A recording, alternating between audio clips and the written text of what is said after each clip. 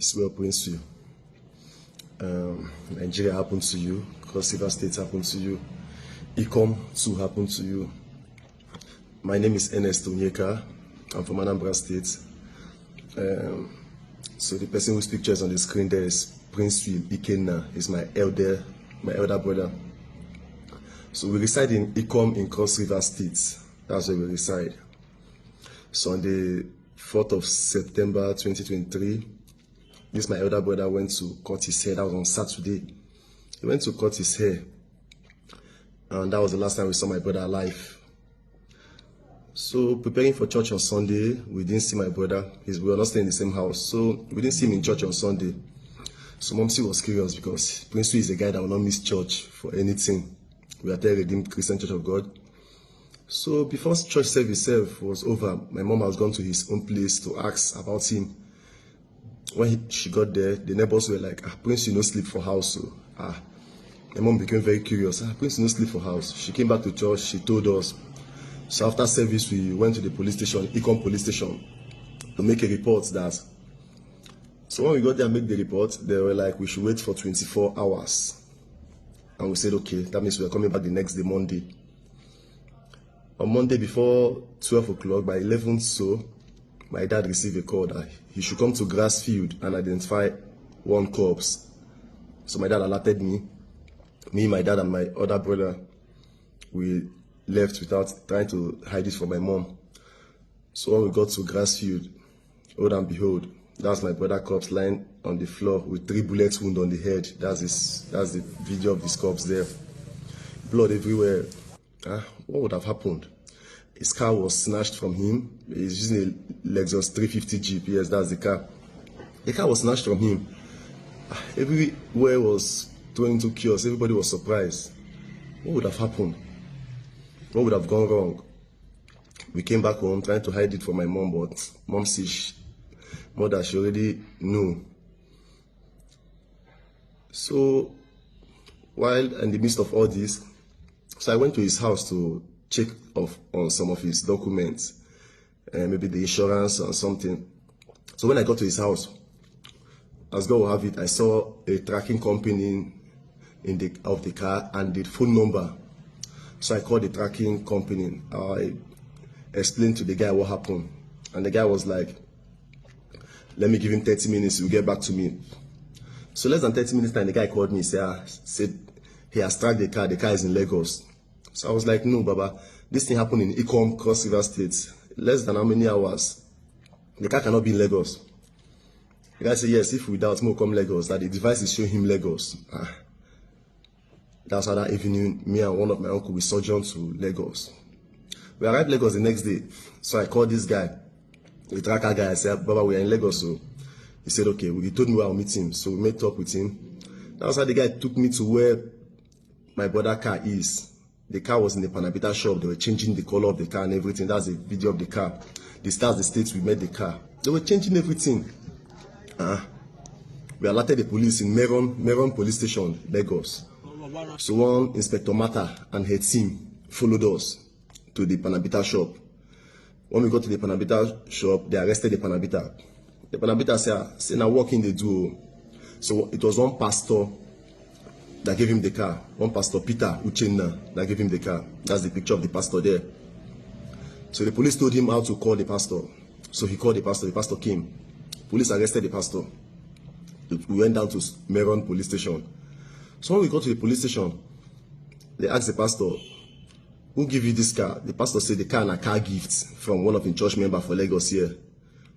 And they were like, car gift? Okay, call the member of the member. The pastor was like, they collect plenty car gift too. He cannot remember which of the member gave him this car. The Inspector Mark herself was like, even if you be president of Nigeria, they give you car gift, you go remember who give you the car. The guy said he cannot remember. And they were like, the owner of this car was shot in Ecom, Cross River State. This Pastor Peter, which picture is on the screen, said he has not been to Ecom, Cross River State before all his life. They said, okay. They invited the wife. The wife called to the police station. In our present, they were like asking the wife, say, on the 4th of September, where your husband is? the wife was like, my husband he come to go preach. Now what my husband tell me? When the two stories did not add up, so my uncle went to Pansi, Lagos. Reported the matter there. The commissioner of police then, Mr. Abiodun, now alerted Meron police that they should bring the matter back bring the man to Pansi. So when they brought the man to Pansi, on interrogation, the man now said yes. That on the 4th of September, actually he was in Ikon, one pastor, Kingsley, this man on the screen, invited him for a program.